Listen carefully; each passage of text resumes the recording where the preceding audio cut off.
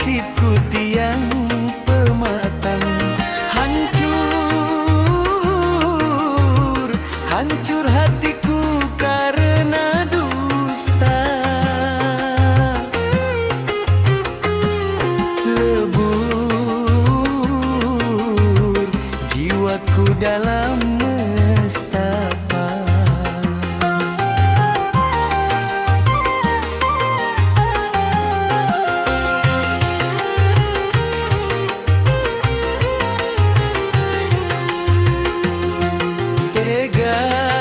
Teganya engkau menebar racun. Bisanya lidahmu menyusun santun. Palsu semua senyum di bibirmu. Layu bungaku di tangan jahatmu.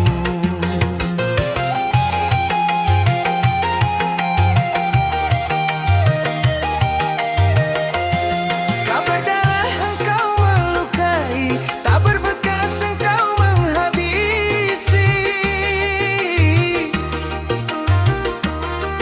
Dunia mendengar, dunia percaya, padahal semua hanyalah rekayasa.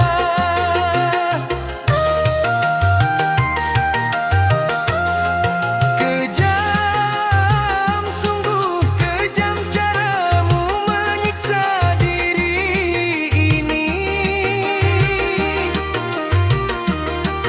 Tajam, lebih tajam dari sembilu yang menyayat nadi.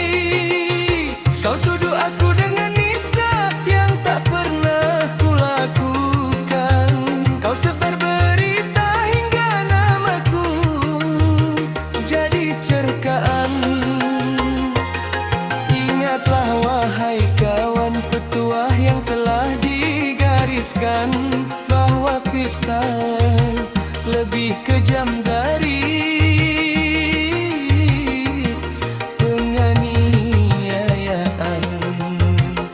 Kau matikan karakterku, kau kubur harga diriku di hadapan manusia. Kau buat aku membatu.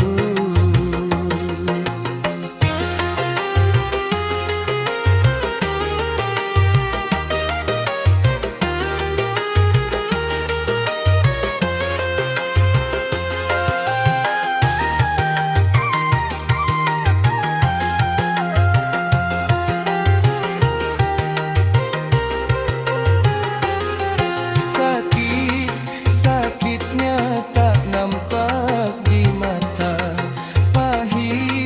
Pahitnya terasa hingga ke sukma. Hina diriku di pandangan sesama.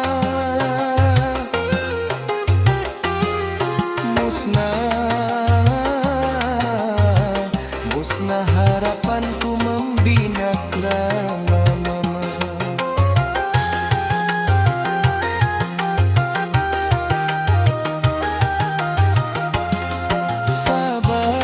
Sabar hati meski dada sesak. Tegar melangkah walau jalan rusak. Tuhan tak tidur melihat hamba-Nya.